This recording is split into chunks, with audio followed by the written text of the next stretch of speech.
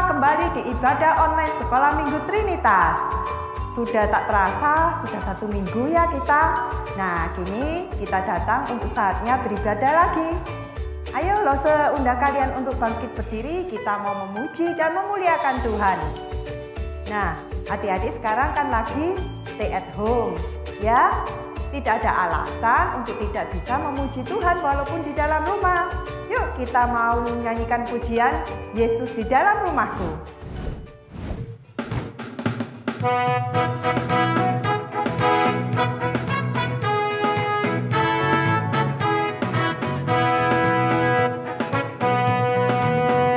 Yesus di dalam rumahku, senang-senanglah, senang-senanglah, senang-senanglah. Yesus di dalam rumahku, senang-senanglah, senang-senanglah. Versi Mandarin. Yesus在我家庭中，快乐快乐呀，快乐快乐呀，快乐快乐呀。主耶稣在我家庭中，快乐快乐呀，快乐快乐呀。Sekarang yang ini ya. Jawab Yesus mereka meneh, kusi-kusi he, kusi-kusi he, kusi-kusi he. Jawab Yesus mereka meneh, kusi-kusi he, kusi-kusi he. Nah, adik-adik, ya, kita sudah memuji Tuhan. Saat ini kita mau masuk dalam doa dulu ya. Yuk, bagaimana sikap doa yang baik? Nah, kita mau berdoa, kita mau bersyukur bagi Tuhan. Tuhan Yesus, terima kasih Tuhan untuk hari ini kami bisa mengikuti ibadah dan memuji dan memuliakan Engkau. Tuhan, kami mau siapkan hati kami untuk memuji dan memuliakan Engkau dengan hati yang penuh suka dan hati yang penuh syukur. Di dalam nama-Mu Tuhan Yesus kami berdoa dan bersyukur. Amin. Adik-adik, lagu pujian berikutnya kita mau muji sambil berjalan berserta dengan Yesus.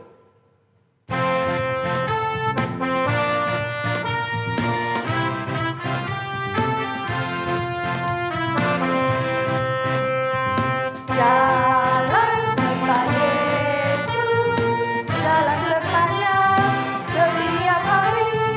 Jalan serta Yesus, serta Yesus selamanya.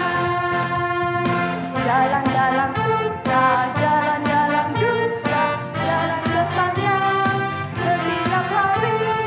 Jalan serta Yesus, serta Yesus selamanya. Walking with Jesus, walking every day, walking all the way, walking with Jesus, walking with Jesus our Lord, walking in the sunshine, walking in the shadow, walking every day, walking all the way, walking with Jesus, walking with Jesus our Lord.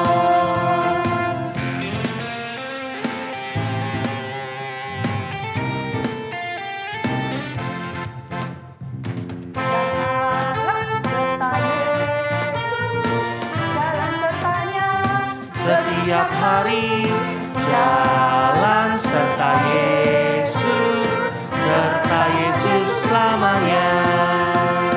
Jalan dalam suka, jalan dalam duka, jalan sertanya setiap hari. Jalan serta Yesus, serta Yesus selamanya. Nah, adik-adik pasti punya kan Alkitab di rumah masing-masing ya? Kira-kira sering dibaca enggak? Ya. Nah, kita mau perbarui janji kita sama Tuhan ya. Kita mau nyanyi bahwa kita ini suka baca kitab suci. Nah, lagu berikutnya adalah I Love to Read the Bible. Lagunya agak cepat ya. Nah, mungkin kita sama-sama sambil belajar, sambil mendengar lagu baru ini ya.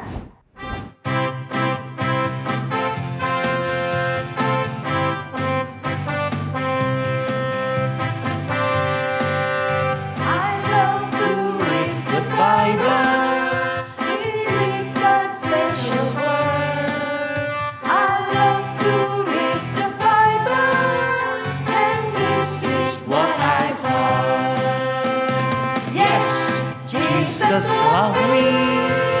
Yes, Jesus love me. Yes, Jesus love me. The Bible tells me so. When I read the Bible, it tells me how to live. When I read the Bible, It tells me who is.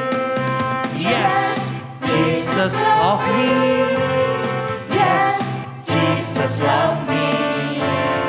Yes, Jesus love me. The Bible tells me so.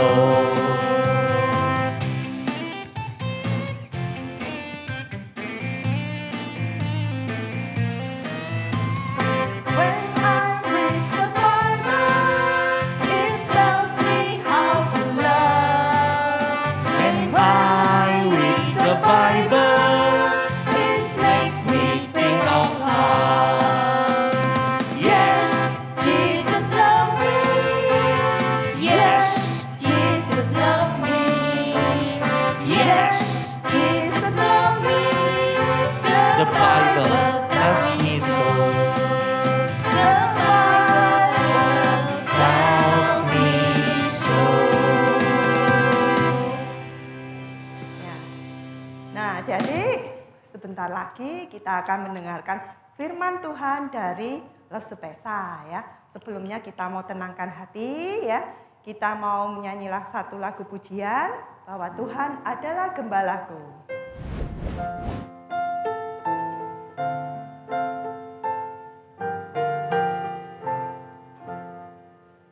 Tuhan gembalaku, ku Ikut selalu di padang rumput hijau.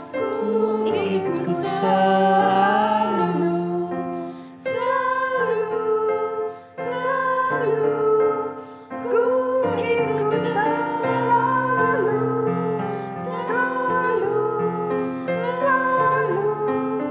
Ku ikut selalu. Sekali lagi.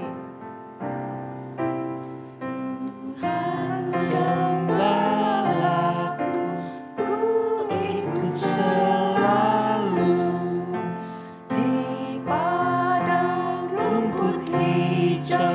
Ku ikut selalu, selalu, selalu. Ku ikut selalu, selalu, selalu. Ku ikut selalu.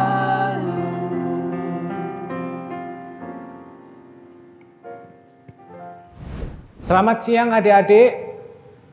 Hari ini senang sekali Lause bisa bertemu dengan adik-adik sekalian. Walaupun kita beribadah di rumah masing-masing, tapi Lause percaya Tuhan tetap hadir di tengah-tengah kita. Nah, hari ini Lause akan mengajak adik-adik untuk merenungkan sedikit tentang kebenaran dari firman Tuhan. Minggu lalu kita sudah sama-sama belajar tentang Tuhan Yesus yang bangkit, Tuhan Yesus yang datang di tengah murid-muridnya. Nah, tepatnya selama sebulan adik-adik sudah belajar mengenai peristiwa Paskah, peristiwa kebangkitan Tuhan Yesus. Nah, hari ini Lause akan mengajak adik-adik untuk flashback. Kita akan kembali ke masa-masa ketika Tuhan Yesus masih ada di dunia ini dan mengajar para murid-muridnya.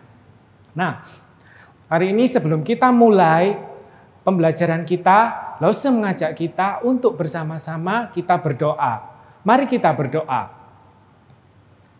Tuhan Yesus yang ada di dalam kerajaan sorga, terima kasih untuk kesempatan hari ini. Kami sudah memuji dan memuliakan nama Tuhan. Sekarang tiba waktunya bagi kami untuk mendengarkan sedikit dari firman Tuhan. Kami mohon kiranya Tuhan yang memberi kami hikmat supaya kami boleh mengerti bahkan melakukan firman Tuhan di dalam kehidupan kami. Terima kasih Tuhan, di dalam nama Tuhan Yesus kami berdoa. Amin. Nah, cerita hari ini dimulai dari Lukas pasal yang ke-17 ayat yang ke-11 sampai 19. Nah, adik-adik bisa lihat ada ayatnya Lukas pasal 17 ayat 11 sampai 19. Nah, cerita ini dimulai ketika Tuhan Yesus berjalan dari tempat yang namanya Galilea menuju ke Yerusalem. Nah, di dalam perjalanannya adik-adik bisa lihat, untuk lebih gampangnya adik-adik bisa lihat di peta. Nah, wilayah Galilea itu ada di utara. Tuhan Yesus sedang menuju ke arah Yerusalem. Adik-adik lihat pada peta yang bertanda kuning itu. Nah, di dalam perjalanannya Tuhan Yesus pergi dari utara ke selatan. Nah, dia melewati sebuah daerah yang namanya Samaria. Adik-adik juga bisa lihat di peta itu.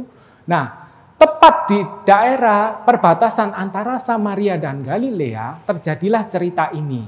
Jadi adik-adik bisa lihat pada tanda panah putih. Nah, kurang lebih di sanalah peristiwa yang dicatat oleh Lukas pasal 17 ayat 11 sampai 19. Nah, cerita dimulai ketika Tuhan Yesus dan para rombongannya sedang berjalan menuju sebuah desa. Dia melewati perbatasan antara Samaria dan Galilea. Ketika berjalan, nah ini adalah rombongan Tuhan Yesus. Adik-adik bisa lihat di sini. Tiba-tiba ada sekelompok orang yang berseru-seru, "Yesus, Tuhan, kasihanilah kami." Nah, adik-adik tahu siapakah orang-orang ini? Orang-orang ini adalah orang-orang yang sakit kusta. Mereka jumlahnya 10 orang. 10 orang kusta.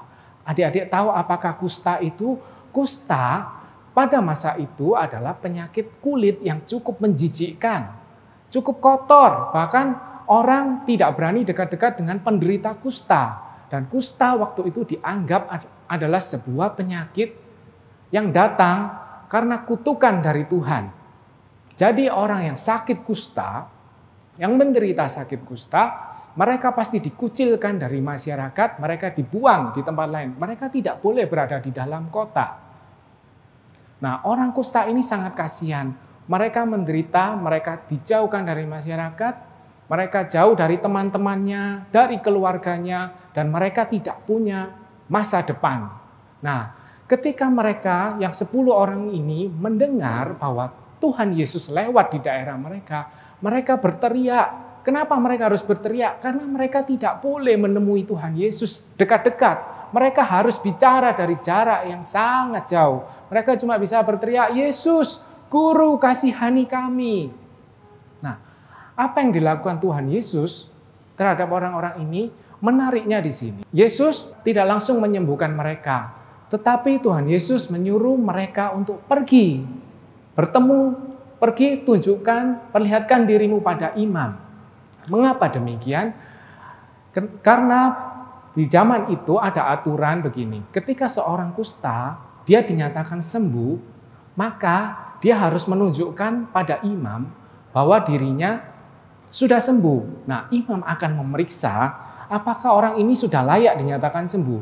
Ketika imam sudah memeriksa dan melihat, oh orang ini ternyata sudah sembuh, maka si kusta ini boleh dinyatakan sembuh dan boleh bergabung dengan masyarakat menjadi orang normal. Nah, Tuhan Yesus menyuruh 10 orang kusta ini, pergi tunjukkan dirimu pada imam.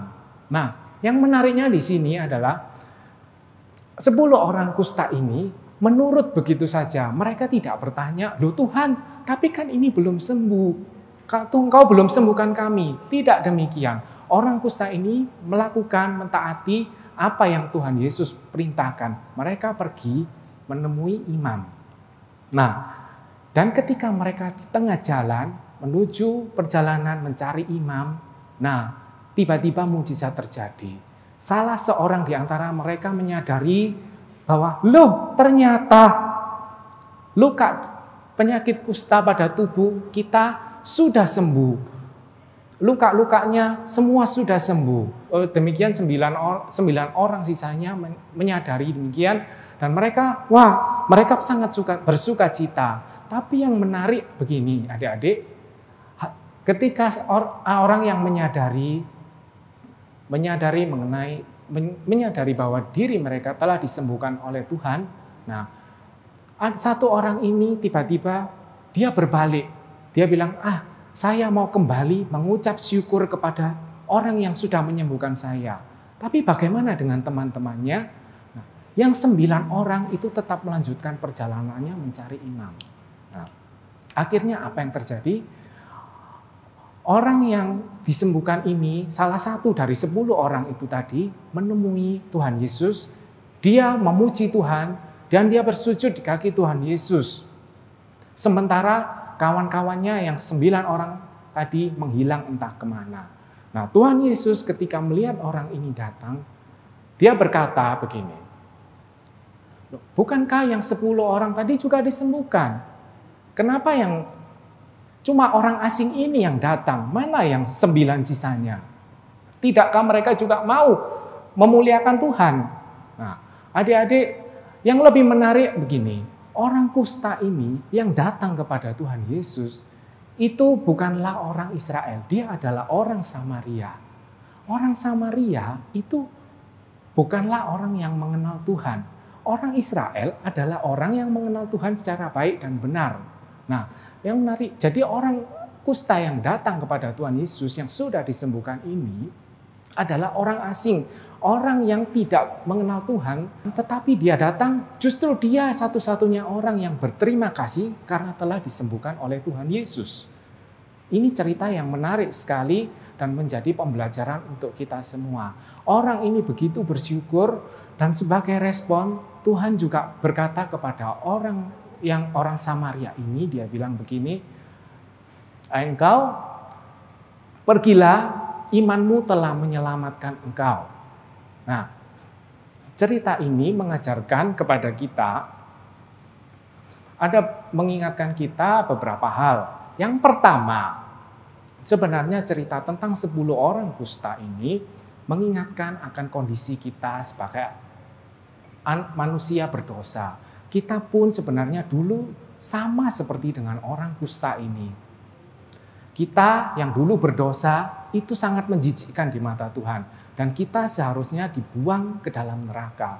Tetapi Tuhan Yesus mau datang menyelamatkan kita. Dia mau menyembuhkan sakit kita. Kita bukan sakit secara jasmani. Kita tidak menderita kusta. Tetapi kita ini sakit secara rohani. Kita ini di hadapan Allah sudah dinyatakan berdosa dan kita harusnya mati. Tapi Yesus datang. Dia mau menyelamatkan kita, dia mau menyembuhkan kita. Oleh karena itu, adik-adik, maka sebagai respon, sebagai orang yang sudah diselamatkan dan disembuhkan Tuhan, maka sudah seharusnya kita juga mengucap syukur kepada Tuhan Yesus. Kita mengucap syukur atas pengampunannya, dan terlebih lagi kita boleh dijadikan anak-anak sebagai anak Tuhan. Nah, pertanyaan berikutnya, sekarang kita sebagai anak Tuhan, haruskah kita mengucap syukur? Ya, kita harus mengucap syukur. Mengapa? Ada 4 hal yang mau Lausus sharingkan kepada kalian. Hal yang pertama, mengenai mengucap syukur itu sebenarnya adalah perintah sendiri dari Tuhan. Nah, adik-adik mungkin bisa lihat ayatnya di bawah ini. Diambil dari 1 Tesalonika 5 ayat ke-18. Mengucap syukurlah dalam segala hal, sebab itulah yang dikehendaki Allah di dalam Kristus Yesus bagi kamu. Jadi ingat adik-adik, setelah adik-adik menjadi anak Tuhan, adik-adik harus tahu bahwa mengucap syukur itu sebenarnya juga sebuah perintah dari Tuhan. Tuhan ingin kita sebagai anak-anaknya senantiasa bersyukur di dalam segala hal. Di dalam segala hal. Jadi Tuhan mau kita menjadi anak, itu anak yang taat, yang senantiasa mengucap syukur kepada Tuhan. Yang kedua, mengapa kita harus mengucap syukur? Mengucap syukur itu sebenarnya juga adalah bukti iman. Bukti iman kita kepada Tuhan. Bukan saja iman karena iman kepada Yesus, iman kita telah diselamatkan, tetapi juga bukti iman bahwa kita ini percaya kepada Tuhan yang sudah memelihara kita, yang sanggup memelihara dan mencukupkan kita. Melalui ucapan syukur, ketika adik-adik mengucap syukur, itu berarti adik-adik percaya bahwa Tuhan sanggup memelihara hidup adik-adik. Bahkan di dalam hal yang paling sulit pun Tuhan mau supaya adik-adik tetap mengucap syukur. Hal yang ketiga yang perlu adik-adik ketahui, mengapa adik-adik perlu mengucap syukur? Mengucap syukur itu sebenarnya mengundang berkat dari Tuhan. Jadi kalau adik-adik mau hidup adik-adik dipakai oleh Tuhan menjadi saluran berkat bagi sesama dan memuliakan Tuhan, adik-adik mulai sekarang harus belajar bersyukur.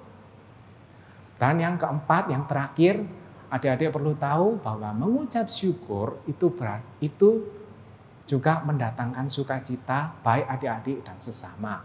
Nah, sebagai contoh, Lause mau ngajak adik-adik, mari kita ingat-ingat, pernahkah di dalam hidup adik-adik ini selalu bersyukur kepada Tuhan atau adik-adik senantiasa mengeluh? Nah, ingat ketika adik-adik makan, apa yang adik-adik doakan?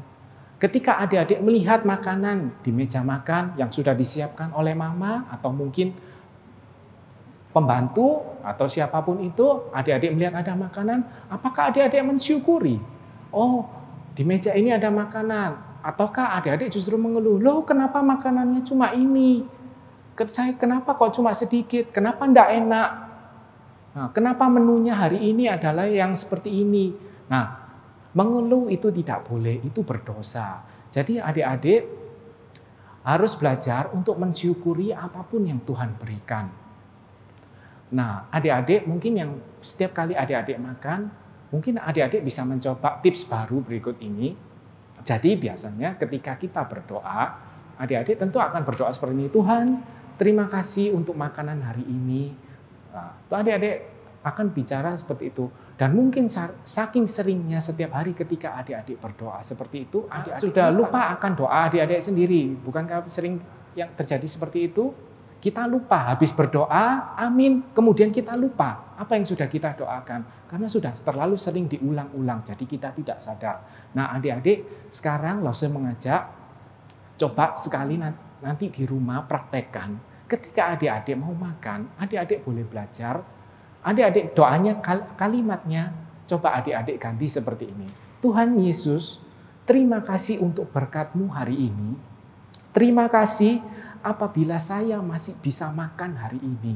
Terima kasih atas semuanya, semua anugerah-Mu. Terima kasih untuk berkat ini. Kami mohon supaya Tuhan yang menyucikan makanan ini. Cobalah seperti itu, belajarlah bersyukur bahwa adik-adik masih bisa makan hari itu. Diberi Tuhan kesempatan makan untuk hari itu. Nah, tentu akan lain, adik-adik akan merasakan suasana yang berbeda. Adik-adik akan mengalami kehidupan yang penuh rasa syukur, penuh sukacita. Nah, tidak cuma ketika makan, ketika adik-adik bangun tidur, coba biasakan mengucap syukur kepada Tuhan. Berterima kasihlah pada Tuhan bahwa adik-adik masih diberi nafas hidup pada hari itu. Adik-adik masih bisa bangun merasakan udara pagi yang segar, melihat matahari. Banyak orang tidak bisa mengalami seperti yang adik alami hari ini. Berkat yang adik-adik dapat hari ini, itu sangat cukup. Banyak orang tidak bisa mengalami berkat seperti yang adik-adik alami hari ini. Tapi berkat yang terlebih besar adalah adik-adik boleh dibawa mengenal Tuhan Yesus. Itu adalah anugerah terbesar yang pernah adik-adik terima. Tidak semua orang bisa mengenal Tuhan Yesus. Nah, adik-adik mulai sekarang belajarlah mengucap syukur di dalam segala hal. Tidak cuma hal baik saja, tetapi juga bahkan di dalam hal yang paling sulit pun adik-adik tetap harus belajar mengucap syukur. Mengapa demikian? Karena ingat adik-adik, kita ini manusia yang terbatas. Nah, sedangkan Tuhan itu tidak terbatas. Dia tahu yang di depan dan Tuhan selalu merencanakan yang terbaik untuk kita. Mungkin bagi kita saat ini keadaan sulit, susah, tapi bisa saja di masa depan Tuhan sedang menyiapkan yang terbaik untuk kita. Nah, oleh karena itu, di dalam hal yang paling susah pun, adik-adik tetap harus mensyukuri, berdoa, dan menyerahkan semua kepada Tuhan. Nah, semoga perenungan hari ini boleh membawa berkat buat adik-adik sekalian yang di rumah. Sebelum kita menutup ibadah hari ini, ada satu ayat lagi yang mau Love share untuk adik-adik sekalian. Nah, ayat ini diambil dari kitab Efesus 5 ayat 20. Nah, mungkin kita bisa belajar menghafal ayat ini bersama-sama. Nah, ucaplah syukur senantiasa atas segala sesuatu dalam nama Tuhan kita Yesus Kristus kepada Allah dan Bapa kita. Oke, kita ulangi bersama-sama ya. Adik-adik bisa lihat di bawah sini dari Efesus 5 ayat 20. Nah, adik-adik boleh baca perlahan-lahan bersama-sama dengan Lose. Kita ulangi sama-sama. Ucaplah syukur senantiasa atas segala sesuatu dalam nama Tuhan kita Yesus Kristus kepada Allah dan Bapa kita. Nah, adik-adik boleh mulai mungkin mengingat dan menghafal ayat ini. Nah, supaya adik-adik ingat senantiasa bahwa sebagai anak Tuhan, adik-adik harus belajar bersyukur. Ingatlah adik-adik, bersikaplah seperti orang Samaria itu yang tahu mengucap terima kasih ketika sudah menerima berkat. Jangan seperti 9 orang sisanya yang sudah disembuhkan tetapi tidak tahu berterima kasih. Mereka pergi begitu saja, lupa berterima kasih. Nah, ingat ya adik-adik, mulai sekarang jangan lupa senantiasa bersyukur kepada Tuhan untuk setiap berkat yang Tuhan terima. Walaupun besar, kecil, maupun keadaan yang susah, ingat belajar bersyukur. Sekian firman Tuhan, mari kita tutup di dalam doa. Tuhan Yesus, terima kasih untuk firman-Mu hari ini. Kami boleh belajar mengerti bahwa kami sebagai anak Tuhan harusnya bersyukur senantiasa untuk setiap berkat yang Tuhan berikan kepada kami dalam segala keadaan. Bukannya bersungut-sungut atau mengeluh. Ampuni kami Tuhan ketika seringkali di dalam hidup kami tidak memuliakan Tuhan. Kami justru mengomel, tidak puas dengan berkat yang Tuhan berikan. Mulai ajarkanlah kami mulai hari ini supaya kami senantiasa bersyukur dan berserah kepada Tuhan saja. Terima kasih Tuhan Yesus untuk firman-Mu hari ini. Di dalam nama Tuhan Yesus kami berdoa. Amin. Adik-adik, bagaimana dengan firman Tuhan yang telah dibawakan oleh Lose Pesa? Adik-adik jangan lupa melakukannya ya. Berikutnya kita mau mempersembahkan yang terbaik bagi Bapak. Nah, untuk persembahan, karena sekarang ini kita masih sekolah minggu secara streaming, persembahannya bisa disimpan, disiapkan dalam amplop, dikumpulkan, nanti kalau sudah berkumpul lagi di sekolah minggu bisa diserahkan kembali. Nah, Lose akan ajak adik-adik untuk mempersembahkan lagu persembahan Bapa-Ku Datang Padamu.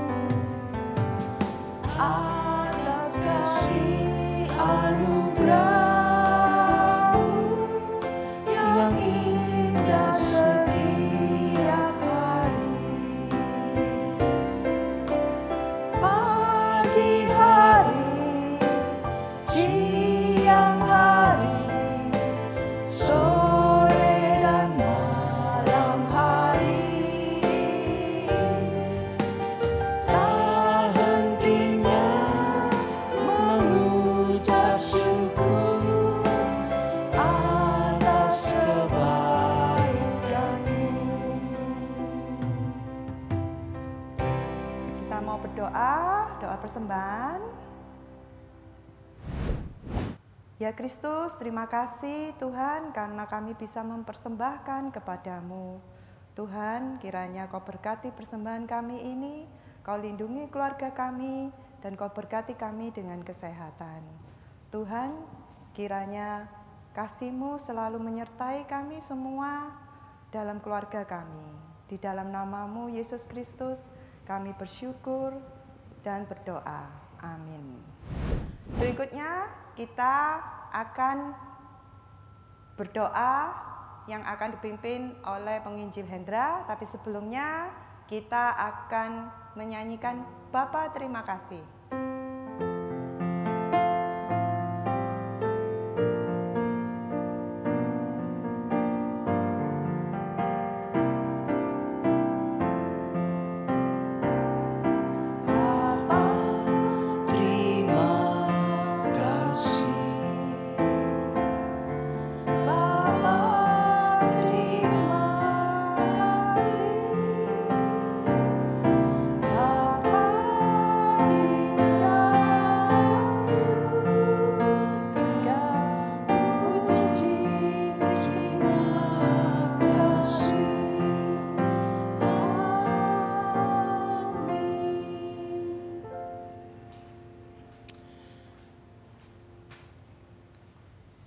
Oke, adik-adik, kita telah beribadah, memuji, memuliakan nama Tuhan, terlebih mendengarkan firman Tuhan. Mari kita mengakhiri ibadah kita pada pagi hari ini. Mari kita berdoa dan menerima berkat Tuhan. Tuhan Yesus, terima kasih Engkau telah berkati kami semua di dalam ibadah kami pada pagi hari ini. Dan adik-adik, siapkan hatimu, terimalah berkat dari Tuhan. Kiranya berkat dari Allah Bapa, Allah Putra, Yesus Kristus Tuhan dan Juru Selamat kita, dan Allah Roh Kudus menyertai kita sekalian dari sekarang sampai selama-lamanya. Amin. Nah adik-adik, ibadah kali ini sudah selesai. Tapi minggu depan kami akan hadir kembali. Jangan lupa untuk hadir di ibadah online sekolah minggu. Benar ya Lause Hendra? Oh, tetap semangat. Nah, tetap semangat. Memuji Tuhan. Memuji Tuhan. Sampai jumpa. Tuhan berkati. Selamat hari Minggu. I love to read the Bible. Tuhan Yesus memberkati. Show I love to read the Bible, And this is what I heard. yes, Jesus loved me. Yes, Jesus loved me. yes, Jesus loved me. The Bible tells me so. When I read the Bible, it Tells me how to